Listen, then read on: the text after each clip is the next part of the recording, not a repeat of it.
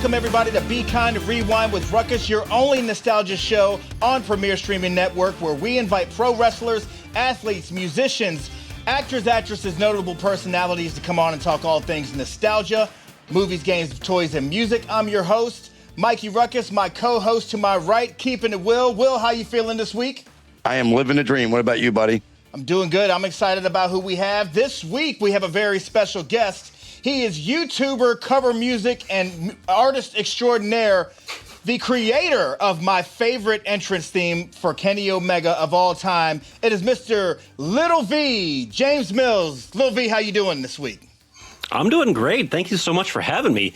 You know, it's really funny that, obviously the theme being nostalgia, and I've basically made a whole career off of nostalgia about taking old songs and then just reimagining them as like rock and metal and stuff. And I've somehow tripped into a career of doing that and accidentally making really good wrestling music too. So it's actually really amazing. Well, guys, Little V, we're very excited to have Little V on this week.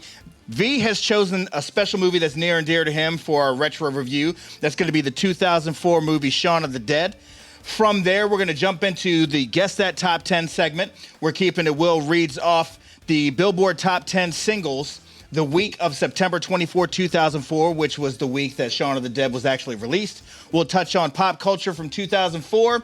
We have a special show and tell segment where V has something in his arsenal, a special collectible that he would like to share with everybody. And then we have wacky table reads, where we'll be doing scene reads, cold scene reads, I might add, of Shrek and Austin Powers. I think we've got an action-packed show, keeping it Will. What do you think?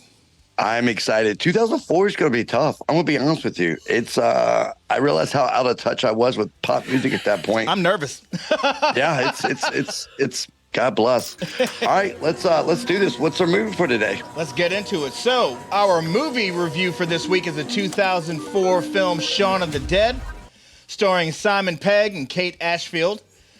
The uneventful, aimless lives of a London electronics salesman and his layabout roommate are disrupted by a zombie apocalypse.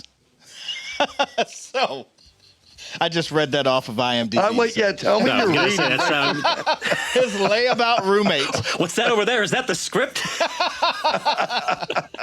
It's awesome. So, V, tell us why you chose this film. It was between this and a few other ones kind of from that era. I am 32 years young, so my kind of formative years were like early aughts, kind of around that time. And I was specifically torn between this one and a couple of ones because I owned Shaun of the Dead on a UMD. Do either of you know what that is? No. Wow. Okay. Do either of you remember the PSP? Yes, PlayStation. Yeah. So it was the discs for that. So I had Shaun of the Dead on a PSP, and like it was a couple of things. I had that, and I think I had Terminator 2. What else did I have on there? And it was just, it was just this bizarre era where like you had these like little mini discs that were just basically for the PSP, and obviously they don't make any of that anymore because PSP's long gone. But so like that was kind of my like go-to. Like also it was like my PSP was also like my MP3 player, so like I had this big huge thing that's like yay big, trying to like jam it into a jean pocket, and I think it had like 32 megabytes on it as well too, so I could put like maybe 6 songs and then a movie or a game, and it was like, yeah, all right, I'm living at large, yeah. And yeah, so I think I just that was part of my I enjoyed a lot of like the early aught comedies that and like some of the more vulgar ones too, like because like with the other stuff, like there's Shrek, obviously I think that's a big one for a lot of people my age around that time, and then other like Borat. I think that was we were quoting that a lot as kids too, and it just like comedies I think really helps kind of like shape my formative years. And I especially love Shaun of the Dead because it was just that like dry British wit, and like even at the time where I was like, I was a kid, I didn't get half the jokes, but looking back now it's like, oh god, it just keeps getting better the older I get. Oh yeah, for sure. Will, when was the last time you saw Shaun of the Dead? Probably about 3 weeks ago, if I'm being honest with you. I absolutely love this movie. So anytime we get something that, again, and I say this a lot, but I think our guests generally pick great movies that I thoroughly enjoy. So I keep watching them. I think once you get caught up in certain movies, you watch them a lot. And for me, this one is it. I think it had a lot of interesting peaks to it, right? And it still holds up to this day. Did you get a chance to watch it, Ruckus? Yes, I watched it today while I was multitasking. I saw it one time, I want to say maybe 2008, 2009, right around the time that I was working for Blockbuster. My taste towards British humor was not all there. I felt like at that time, British humor was more intelligent than I was, so it was over my head. Fair. I get a little bit. I get it now. But I watching it again today, I've always enjoyed the zombie movies that are funny. You know what I mean? The ones that you can find comic relief in. But this one still has a way of kind of pulling on the heartstrings, dealing with his mom turning and the supposed love triangle with the girl that he's with, and then the guy that's friends with them as well. And then his buddy having ended up getting hit and killed and eaten up and all that good stuff. I enjoyed it. You know what I mean? And this movie and Zombieland, those types of movies on the comic side of zombie movies, I really enjoy.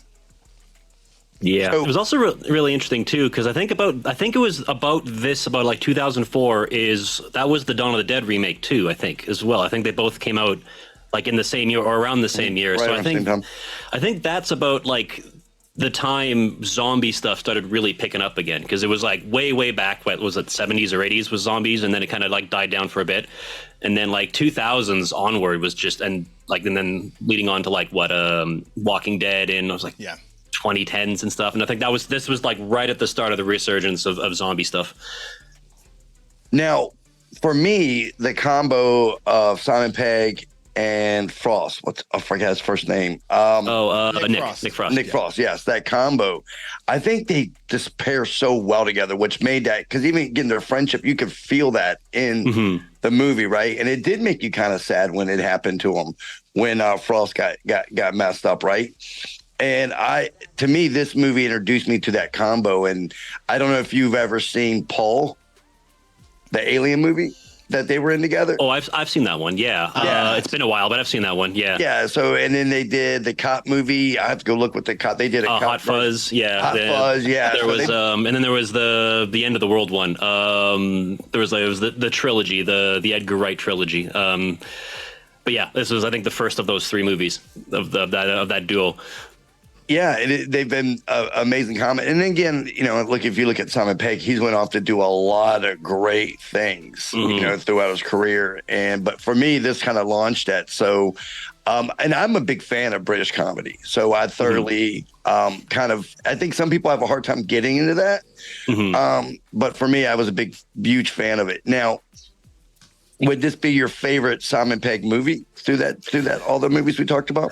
It's definitely the one I've watched the most recent. I do remember also really liking Hot Fuzz, but I definitely think Shaun of the Dead is just special place in my heart, because it was like the first like of that duo's work I'd ever seen, and I loved it. And even though, like, again, I was a kid, so half the jokes went over my head, and I only now get, rewatching it almost 20 years later, that I'm like, oh yeah, there was a bunch I just completely missed it. Right. And it's again too smart for me at that time. But yeah, I think this one's probably my favorite out of all of them. Yeah, and then again, Simon Pegg just went off to do great things in Hollywood. So, Ruckus, you haven't seen Paul yet, is that correct? Did you say you hadn't seen it? No. You need to watch Paul. Seth Rogen voices the alien. It's basically they're alien geeks, and they go into Area 51, right, on a vacation, and they end up running into an alien that's running from the law. Hilarious. And again, this duo is just absolutely phenomenal. What year did it come out?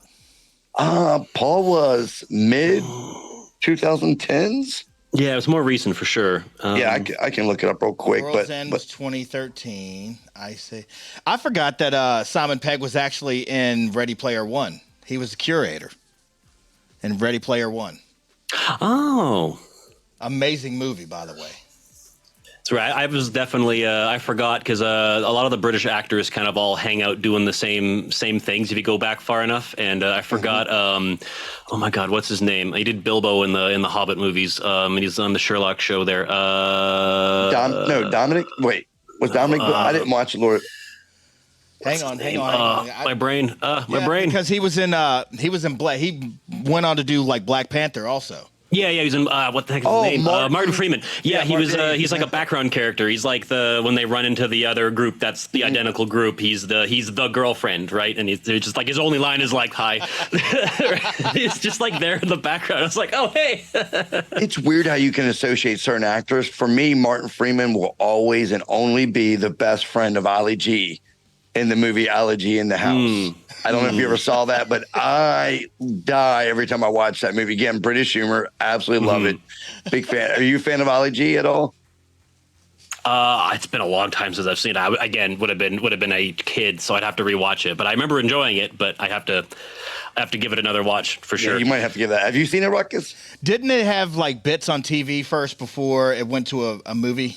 Well, yeah, he had a TV show on HBO. Okay, but I've seen the bits. I've seen the bits on TV. It was basically before we got Borat and Bruno and all that, right? It was his entry level, but yeah, this I think for this movie, it's again, I think it's always going to be one of those movies that holds up for me. And for you, Lil V, watching as a child, I'm sure that it has some. Does that take you back to your childhood and just kind of like put you in I guess, more nostalgic place when you're watching it? I think a little, yeah. I was thinking, how old was I when that movie came out? Oh my God, now I'm really dating myself. So it's like 19 years ago. So I would have been like 12, 13 when that came out, around that time. Like 11. Yeah. So, God, what was I doing? Yeah, I think that was right. Actually, that's crazy because I think that was about right when I was like starting to get into like music as well too, around the same time. And like getting into a rock and metal and stuff. And my dad was also a musician and was like, hey, check out this stuff and da-da-da-da. And I think I started picking up drums at like the end of 12, when I was 12. So yeah, I think that is thinking about it now, yeah, that definitely takes me back because it was that my entire childhood was like video games and video games, movies, but also like older movies because we were on like we didn't have a DVD player at that point, so a lot of it was VHS. So like going back and watching reissued stuff from the 80s and 90s, and yeah, I guess it really does pull me back now that I'm thinking about it a lot. That's like keeping to Will's life right now, except you take out the movies, it's all video games. As a matter of fact, I think he most identifies with Ed in this movie. With Ed, yeah. So I barely play video games. For Ruckus, you play video games all the time, every day. I'm just sitting here 12 hours on my computer all day long, right? So, and he is. to get back to it, any other movies that kind of resonate with that time as well? Oh, a bunch. Let's see. I think big Star Wars geek. So I think Revenge of the Sith was the year after that. I think 2005.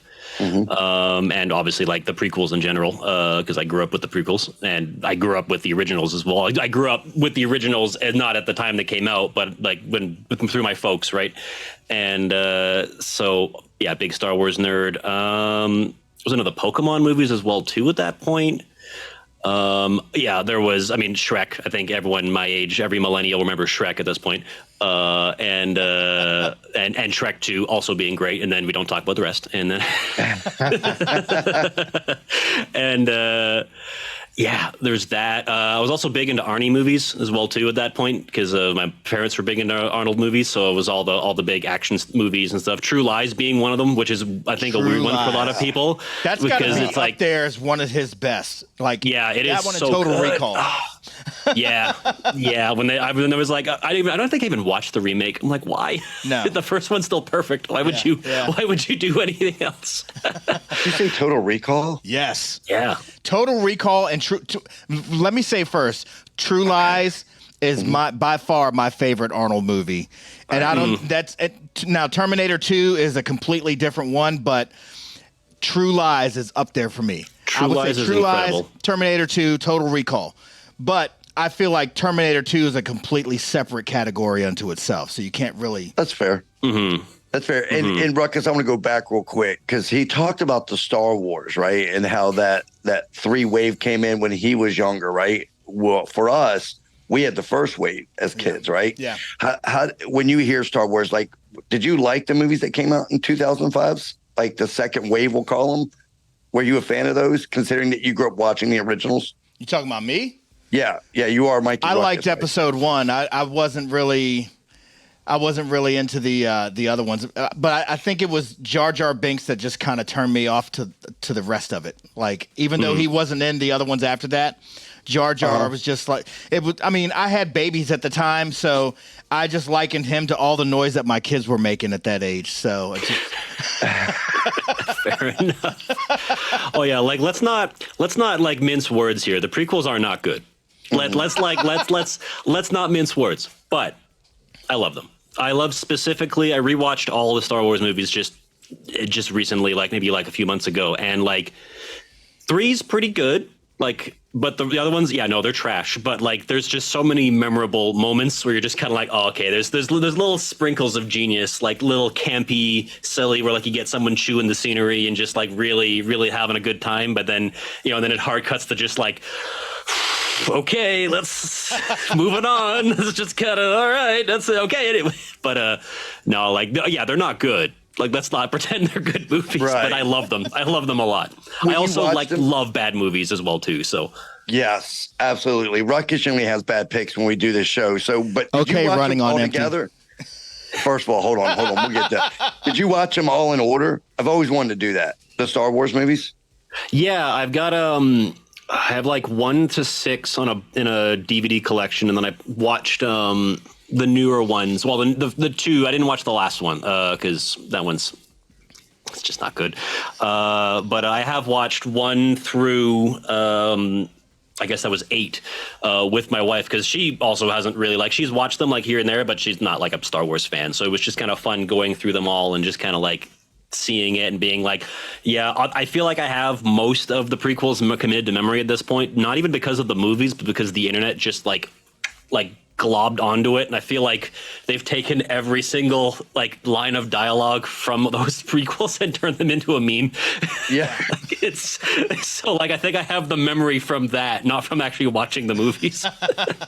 And that's why, Ruckus, I want you to answer this. That's why I love doing a show, right? So we feature a movie and then we start talking, and then we kind of go down a rabbit hole of different things that take us back to our childhood nostalgia. Would you agree with that, Ruckus? That's our ADHD kicking in. It happens every time. We're undiagnosed. Let's go.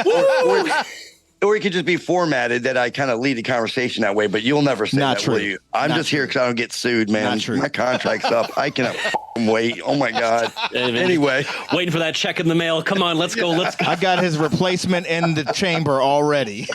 God bless. I'd be so lucky. Oh, my Lord. So as we talk about Shaun of the Dead came out September 25th, 2004. And Ruckus, we have a little thing we like to do on the show each week. What is that? This is Guess That Top 10, where Keeping It Will reads off the Billboard Top 10 singles during the week that the film was released. Shaun of the Dead was released in September 24th, 2004. And I have no idea what artists were in the top 10 at that time. I had 6 children at that time. Damn. Yeah, I was working. Well, then you should know. The kids should be keeping you young, right? They should be keeping you up with all that. They were really big into hip hop, so some of the hip hop that I'm trying, like the early mid 2000s is all really kind of a blur because I was completely outnumbered, and so I mean we'll see. I might remember, I might not. It's anybody's guess. All right. Well, so in 2004, I realized again how much I went and listened to radio. In 2004, I was actually living in Phoenix, Ruckus, trying to get this girl Nicole to marry me. But she, how'd that work out for you? I still talk to her every now and then. Eventually, it's going to get there. God bless Nicole. One of these days. You should have taken her to the Prince concert. Yeah, Nicole, if you're listening, call me. God bless. All right. All right. Top 10. September 24, 2004, number 10. Oh, wait. We have to explain the rules to him. So this I thought you just did that. I'm sorry. So this you is how were it going works. on forever. So my bad. V, he's going to name the artist and the song, and we'll give you a beat, and you have to sing the song from Flash Memory. Oh, geez. Okay, we actually work on it together. So if I give you the opportunity, if it escapes you, then if I remember it, I'll start singing. And if the memory is unlocked, then we sing together. And it's usually it's that quick. We've only had one guest get 10 for 10. The average is maybe 5 or 6. So Yep. don't feel like it's a bad thing if you don't remember, because most of the time I don't remember. As a musician, I feel like I am going to about to expose myself to an entire new audience of. As a musician, I fail every listening to week, the radio. so it's all good. Well, does anybody listen to the radio though? I mean, anymore? When's the last time you listened to the radio? No, It's amazing. Half the time it's ads, and it's like, oh yeah, this is why everyone stopped. And like I'll listen to like news once in a while, because there's a station up here in Calgary where it's traffic together and weather together on the one, so I'll like know where all the speed traps are, and that's about it. They do that in Canada? Yeah, speed traps or untelling on the cops. Which one? W Canada. All right, I might be changing my mind about Canada, man. All that's amazing. All right, let's get it on. Millie Mazzilla will be happy. Millie, yeah, Millie, don't call me. All right, number 10. Please. Millie, number. All right. Number 10. Locked Up by Akon featuring Styles P. Nope. I've been locked ring a bell? up, won't let me out. Won't let me out, I get locked up. That's on. This is going to be one of the sets where it's going to come off the rails real quick. All right, number 9, Diary by Alicia Keys featuring Tony. Oh, man. Oh, that's. Was nu metal off the radio at that point? Because I feel like I'm going to be useless here. This was the transition. Yeah, this is when it really started changing, in all honesty, about this time. I don't remember. This one's going to be bad. We're just going to keep going through these pretty quickly. All right. Because I looked at it, I was like, oh, we're in trouble today. I knew it from looking at it. All right, number 8, Dip It Low by Christina Milian. Nope. Nope, no Dip It Low. All right. Get on the floor. Oh, yeah, okay, yeah. I'ma make the time to go. I love he goes, yeah, I know that. I am not singing that shit, but I know it. Okay? Yeah, no, it's ringing a bell. It's ringing a bell. All right, number 7. This is a collab, as the kids like to say. It's Usher and Alicia Keys, My Boo. My Boo. I think the only Usher one I know is Yeah. Yep. My boo-hoo. Something like that. Something like that. Number 6. This song broke the world with Ashley Simpson on her performance of Saturday Night Live, the famous lip-syncing Milli Vanilli incident. Number 6, Pieces of Me by Ashley Simpson. No. How does that go?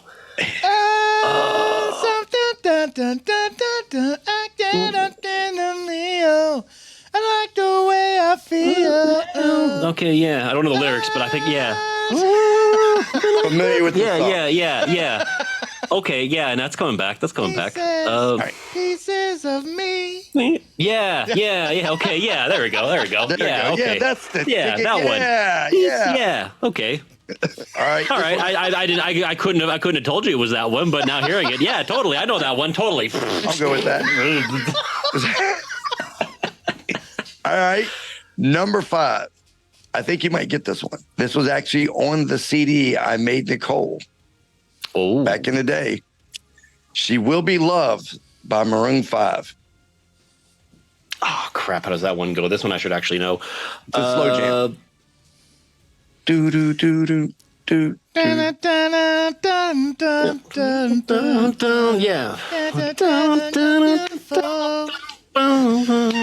Yeah, something like that, right? That's how that goes, right? There you go. We're close enough. All right, number 4. My place. Sorry. Let it go, man. Let it go. Number 4. Oh, I know that one. No, Let it go. My place. It seems a little early. Featuring Jaheim. What? Say that again. My Place by Nelly featuring Jaheim. Never even heard of it. Never even heard of it. So what I'm learning here is I, at this point, was not listening to the radio, and I was only watching much more music at this point, and just the late night stuff, which would have been like Slipknot. Right on. I mean, I think I'm there with you. I would, yeah, same area. All right, number 3, Sunshine by Little Flip featuring Leah. Or Lee. Or Leah. Sunshine. I got no week without my sunshine. I don't know. Nope. We're just gonna keep going. Number 2. Maybe you might get this one. I don't know. I think I remember this one. Number 2 by the Terror Squad, Lean Back. Boom. Lean back. Lean back. Isn't that the one? Yep. Mm-hmm. All right. Don't dance, pull up a pants and do the rock away. And lean back. Lean back. Lean back. We're going to lean right out of this segment. Number 1. Number 1. God, I heard this song so many times on the jukebox back in my bartending days. Number 1, Sierra featuring Petey Pablo, Goodies. I know this one, and that's, I think, the only, well, a couple of them I knew, but Goodies by Sierra featuring Petey Pablo. My goodies. My goodies. I bet you want my goodies. Dun, dun, dun, dun. That's how the song starts, though, with the goodies. My goodies. It does not how it starts. It's not how it starts. You YouTube that shit right now. I guarantee you. You YouTube it. I'm telling you, it does not how it starts. This was a horrible year of music, in my opinion. I'm like, it just, there was nothing bad about this. Are you a sports fan? Yeah. The top song of the year was "Yeah" by Usher, which we okay. Well, there you go. We know that one, right? Okay, yeah, that one we know. It's a good song. The Boston Red Sox won the World Series that year. Shandy Finessi from Missouri won Miss USA, and Erica Dunlap from Orlando, Florida won Miss America. What's the difference? I guess America's North America. Yeah, maybe. You want to take you guys want to take a shot at what any of the top quotes was in 2004? I'm sure if I go dig out my junior high yearbook, yep, I could probably find it. But so we had "That's Hot" by Paris Hilton. That's hot. That's hot. Do you remember that? Oh, that's hot. Yeah, that's hot. We had "Yeah" by Howard Dean. Do y'all remember that when he did that? He was running. He was running. Oh, he was running, and he did that scream. Oh, that. Yeah. And then the roof was silent. That made its way up to Canada. Don't worry. Everybody saw it. So as we said before, Ashley Simpson was caught lip syncing. Ken Jennings won 74 games of Jeopardy that year for $2.5 million. Damn. Here's a fun fact. Whitehouse.com was a porn website until 2004. I did not know that. They're probably parking on it, right? Until eventually the government was like, hey, can we I guess it'd be .org. I guess it'd be .org if it was the government, right? But yeah. Still, damn, that's pretty funny. And then last for that year, Deadpool described himself in the comic as Ryan Reynolds crossed with a Sharpay in a 2004 comic series, leading Reynolds to believe he was destined for the role. That's kind of a neat little fact there. That's nice. That's cool. That's really cool. Love it. And that was our top 10 of 2004. Boy, what a fantastic year for music. Oh God, yeah. All those to this day still bangers. We definitely still remember all of them. Yeah. Would you consider covering any of them? Maybe you go back and listen and say, you know what, I might do that.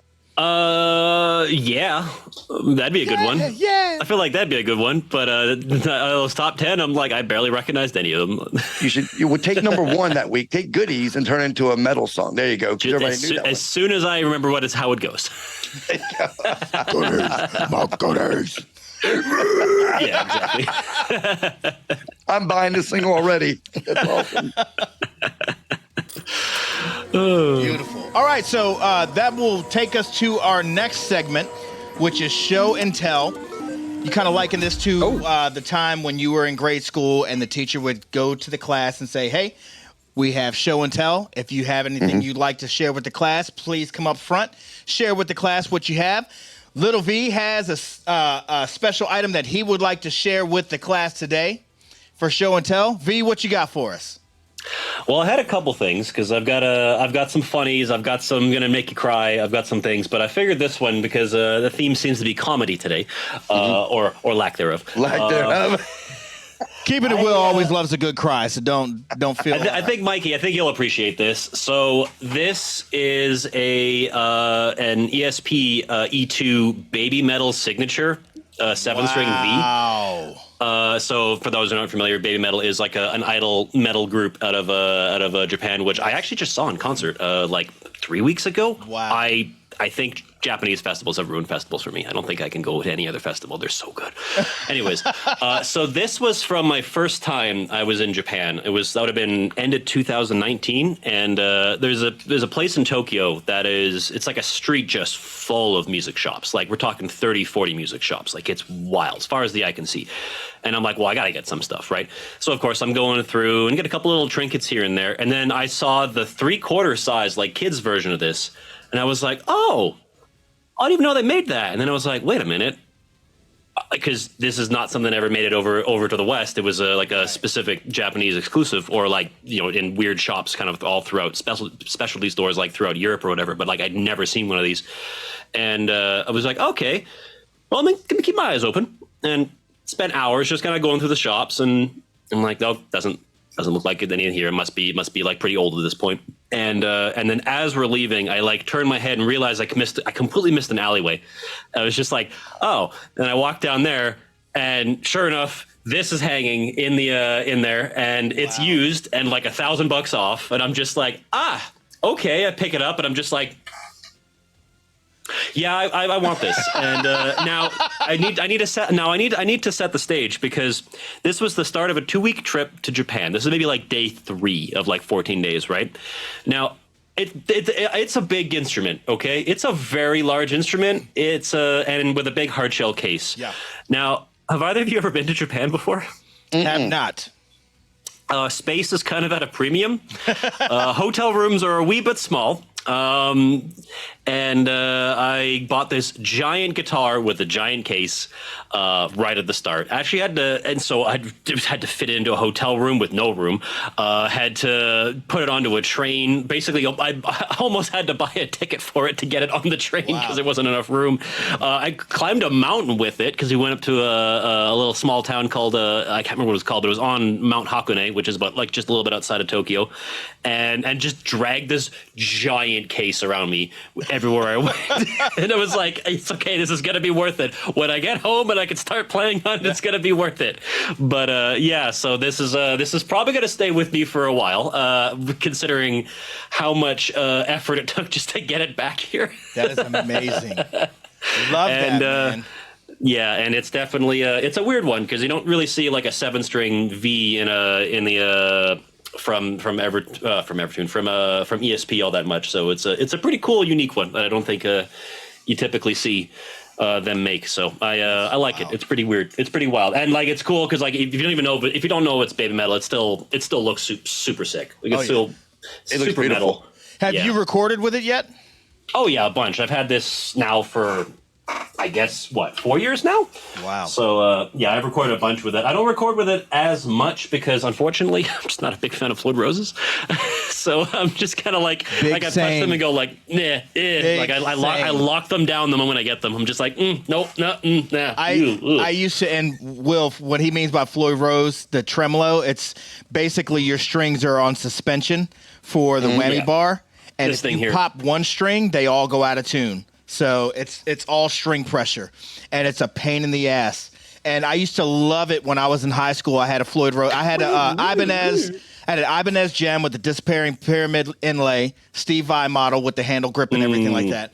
I loved the Floyd Rose back then, and when I got into my 20s, I just switched away from it, and I never went back to it.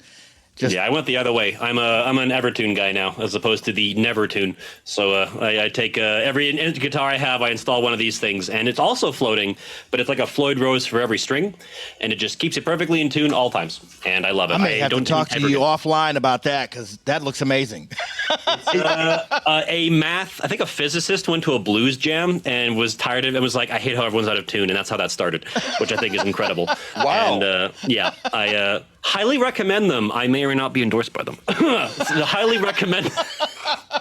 Hey now, so since I have you, I don't really know many people who are actual like real musicians. So since I have you, I want to ask you a question about guitars. Okay, so there was a guitars released in 1989. They were bowling guitars, and it was a Batman and Joker series, and they're about $3,500 now. Are bowling guitars good guitars? Are you familiar with that company? BOLIN.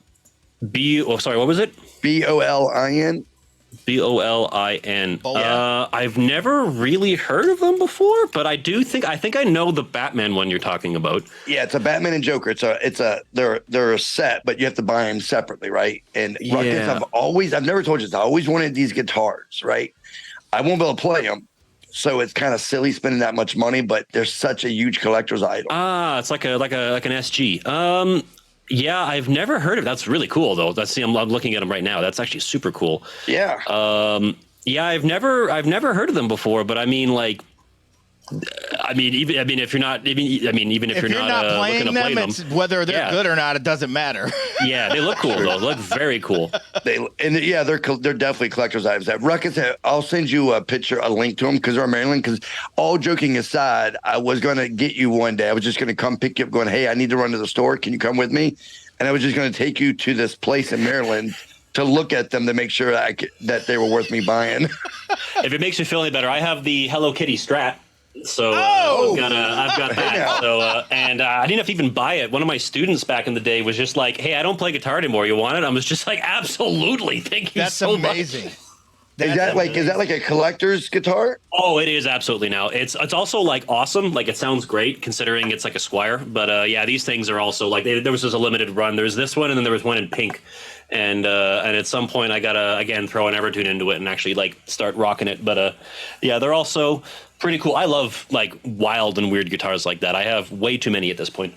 What's your favorite guitar, Ruckus? What's my favorite? Yeah, what's your favorite guitar? I had a Jackson Kelly back during the early 2000s. That it was a Marty Friedman model that was destroyed in my first marriage during I'm not going to say a domestic dispute. I didn't have anything to do with it getting destroyed. But, Mrs. Ruckus found a 1990 model, like a 1993 Jackson Kelly, same color and everything that I had. And she bought it last year and gave it to me for Father's Day. Oh, so I had it. Awesome. So it's not the same year, right? No, it's even more vintage than what I had. So, but it was like right around the time. I think Megadeth Rust in Peace came out in 91-ish. Mm-hmm. That was the year I was born. Yeah. and Megadeth was actually touring with Marty Friedman at the time. Marty Friedman, who, by the way, is just astronomical, one of my favorite all-time guitarists, big time in Japan as well. Speaking of Japan, yeah, exactly. He is a major player over there. So she got that for me. I won't play it. Like it's one of those ones where it's there and it's like, man, I still have it. It's a 6-string. So I've spent the last 7-8 years playing a 7-string. It's just weird playing a 6 now. Do you play all yours, Little V? You play all your guitars? Want to take a guess at how many I have? Yes. 27. More.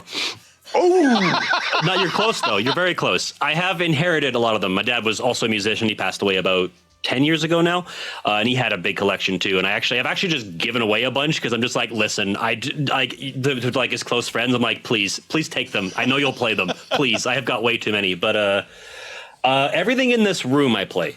So like I've got like a Schecter Explorer with a Sustainiac for like all the fun stuff. I've got a 7-string Jackson over here with an Evertune, which I love. Wow. Evertune's a thing, isn't it? Oh, it is. It is the best. Love it. It's just selling. Actually, before, but won't go too long. But I have a weird one. I think you'll like, Mikey. This is going to play really well for a podcast. This is a super baritone Gretsch. It's a 30 scale. So this is this is an octave lower. This is oh my god. Yeah, and it's I got it because if you're familiar with like Sleep Token and Load, this is kind of like the guitar they've been using. So I figured out one of their tunings is B standard, but a full octave lower than a 7-string. And I was just like, how the hell are they doing that? And it's like, oh, with this monstrosity, this huge 30 scale crazy thing. God. I didn't even know they made anything like that. Yeah, I didn't either. And it's really funny because it's like crazy metal cult looking guys with this like 50s, 60s kind of guitar, which is pretty funny. And they're just murdering souls with their chords. Oh, absolutely. Murdering souls. That's amazing. Well, thank you so much for sharing with us today, Little V, in our show and tell segment. Amazing guitars. We still did we get an actual number on how many? Like 32, 33, and about 17 amplifiers. Woo. Ooh. Yeah, most in storage, most are vintage, most I would not play, but yeah, I got a couple here and there. Wow, amazing stuff. Thank you so much for sharing that with us. That is a highlight for me for our show and tell. So great stuff there. Great stuff. What do you think, Will? I think, editor, you might want to mark this because I think Ruck is going to need a couple of minutes to clean himself up after that little session, man. He's just like, wow. Hey, I'm going to be honest with you, not a musician. I do play the keyboard until I had an unfortunate incident. My hands cramped up and I can't play anymore. He can't play. So, no, he can't. Don't listen. Don't listen to him. Don't make fun of me. So, but you're probably better than me. Yeah. The point being was watching you two talk about that and seeing the look in both your faces, I think was kind of cool, if I'm being honest with you. That was a really cool show and tell. Thank you so much. Great stuff. I'm always down to show off my equipment because, to be honest, I've probably put way too much money into it as it is. Nice. All right. So that brings us to, I was waiting on you to segue it, Will, but I guess you did. You started to, and then you went back, and I was going to segue it again, and you started, it's like, I tell you what. Edit. And that brings us to our next segment, one that we're all here for. Ruckus, what do we got coming up next, buddy? The main event of the evening is Wacky Table Reads. Guys, you know how this works. We have our guests shoot us over their choices of their favorite comedies from yesteryear, and Keeping It Will and I choose 2 surprise scenes from those listed comedies, and we put together clips and scripts, and we do complete cold scene read reenactments. This week, for Little V, we are doing Shrek and Austin Powers, the International Man of Mystery. So, I just want to say, if to all my friends who are voice actors, no, I will never be coming for your jobs.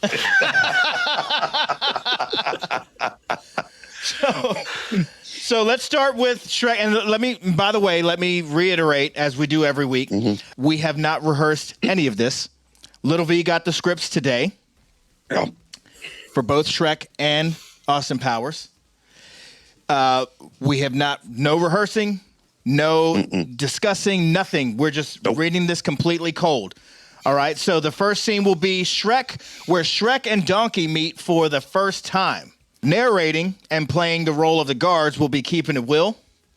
I will be playing the role of Shrek, and the donkey, the star of the show, I might add, will be played by Little V. Sure, give me all the words. We have any questions, comments, or concerns before we begin? I apologize to Eddie Murphy for the horrible reading I am about to the sin of the horrible reading I am about to commit. I think he will appreciate it. All right, well, I'm excited. Let's do this. Let's do it. All right, here we go. Shrek. Donkey and Shrek meet for the first time in the woods. In the woods. Keeping It Will, you ready? Yeah, it got weird. Yeah, but yeah, I'm ready. Let's do it, man. Little V, you ready? As ready as I'll ever be. Here we go. 3, 2, 1, scene. Donkey has just escaped the guards and is racing through the woods, where he runs into Shrek. You there, ogre! I? By the order of the Lord Forquay, I am authorized to place you both under arrest and transport you to a designated resettlement facility. Oh, really? You in what army? The guard turns around to see that his entire squad has vanished, so he leaves as well. Can I say something to you? Listen, you was really, really, really something back there. Incredible. Are you talking to me? Yes, I was talking to you. Can I tell you that you was great back there? Those guards, they thought there was all that. Then you show up and bam, was tripping over themselves like babes in the woods. That really made me feel good to see that. Oh, that's great. Really? Man, it's good to be free. Now, why don't you go celebrate your freedom with your own friends, But I don't have any friends. And I'm not going out there by myself. Hey, wait a minute. I got a great idea. I'll stick with you. I mean, you're mean green fight machine. Together we'll scare and spit out anyone who crosses us. Shrek takes a deep breath and lets out a roar, attempting to scare the donkey. Oh, wow, that was really scary. If you don't mind me saying, if that don't work, your breath will certainly get the job done. Because you definitely need some more Tic Tacs or something, because your breath stinks. Man, you almost burned the hair on my nose, just like the time that ate some rotten berries and had strong gas sweeping on my butt all day. Why are you following me? I'll tell you why. Donkey begins to sing. Oh, yeah. 'Cause I'm all alone. There's no one here beside me. My problems have all gone. There's no one to deride me. But you gotta have Fred. Stop singing! It's no wonder you don't have any friends. Wow, only a true friend would be that cruelly honest. Listen, little donkey. Take a look at me. What am I? Really tall? No, I'm an ogre. You know, grab your torch and pitchforks. Doesn't that bother you? Nope. Really? Really, really. Oh. Man, I like you. What's your name? Shrek. Shrek? Well, you know what I like about you, Shrek? You got that kind of I don't care what nobody thinks of me thing. I like that. I respect that, Shrek. You all right. Shrek and Donkey come to clearing in the forest with a broken down tree stump. Woo, look at that. Who'd want to live in a place like that? That would be my home. Oh, and it's lovely. Just beautiful. You know, you're quite a decorator. It's amazing what you've done with such a modest budget. I like that boulder. That's a nice boulder. I guess you don't entertain much, do you? I like my privacy. You know, I do too. That's another thing we have in common. Like, I hate it when you got somebody in your face trying to give them a hint, they won't leave, then there's that awkward silence. There is awkward silence. Can I stay with you? What? Can I stay with you, please? Of course. Really? No. Please! I don't want to go back there. You don't know what it's like to be considered a freak. Well, maybe you do, but that's why we gotta stick together. You gotta let me stay, please, please. Okay, but one night only. Ah, thank you. No! Donkey barrels away into Shrek's home and immediately jumps into his chair. This is gonna be fun. We're gonna stay up late swapping manly stories, and in the morning, I'm making waffles. Oh. Where do I sleep? Outside. Well, I guess that's cool. I mean, I don't know you and you don't know me, so I guess outside is best. You know, here I go. Good night. Donkey walks outside and Shrek slams the door shut. I mean, I do like the outdoors. I'm a donkey. I was born outside. I'll just be sitting by myself. Outside, I guess. You know, by myself. Outside. I'm all alone. There's no one here beside me. And scene!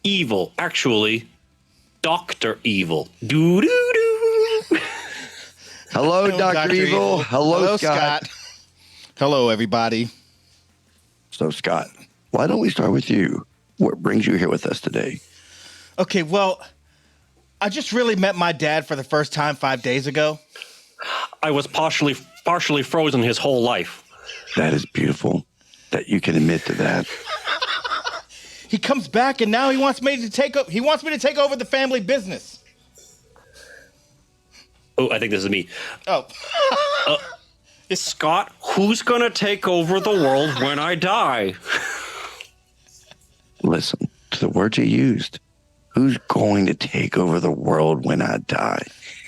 It feels like that to some of us sometimes, doesn't it? So what do you want to do, Scott?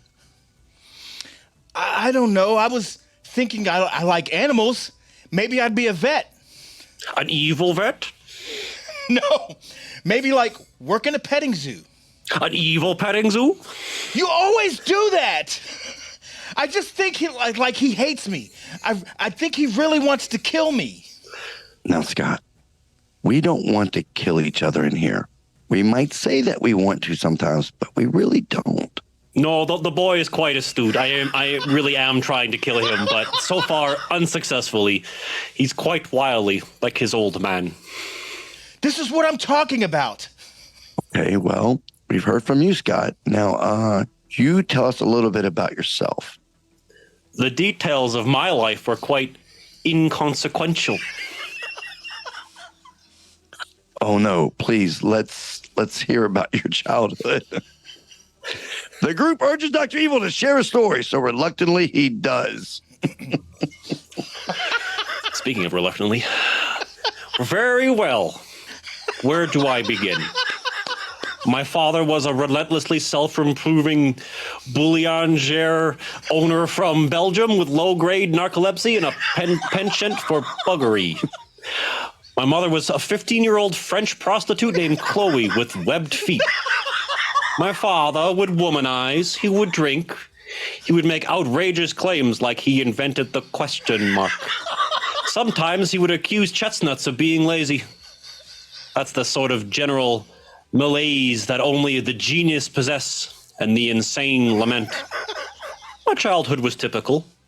Summers in Ragoon, luge lessons. In the spring, we'd make meat helmets. When I was insolent, I was placed in a burlap bag and beaten with reeds. Pretty standard, really. At the age of 12, I received my first scribe. At the age of 15, a Zoroastrian named Vilma ritualistically shaved my testicles.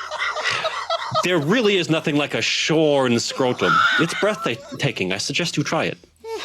You know, we have to stop now. Thank you. Insane.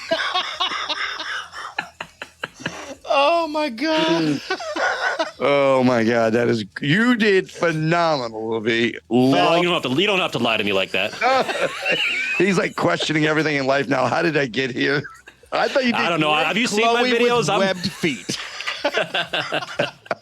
Invented the question mark. Ritualistically shaved my testicles. And I saw that and I was like, this is little V all the way. V, I was hoping for a home run. You hit a grand slam, sir. Oh, You well, thank crushed you. it. Thank you so much. I did my best. Literally, I did my best. It doesn't get any better than that. Amazing. Little V, anything you want people to know, anything you got going on these days, anything you want them to know where you're at, the floor is yours. Oh, damn. Hi, I'm Little V, or known as Little V Mills, at literally everywhere. At Little V Mills, everywhere. YouTube, Twitter, I'm not calling it X, Twitch, TikTok, Instagram, I guess, but I don't use it ever. Yeah, I make music on the internets every other week on YouTube, and yeah, stop by sometimes. Maybe I'll do something you enjoy. Also, it's about in the same vein of those readings. I'm putting on silly outfits and doing all sorts of silly things. So, yeah, come stop by. Do you have a regular Twitch schedule? No, but I do want to get back into it. I was streaming pretty frequently until I moved last year, but I've been kind of like dragging my feet because I'm waiting on better internet. But I might just start here the next couple weeks. Nice. Love it. Little V, you're an amazing individual. Thank you so much for being such a great sport, highly intelligent musician. I have actually learned from you. Just getting to work with you in the few instances we had during our AAW time. So thank you so much. You're always welcome on the show. Ladies and gentlemen, Little V Mills.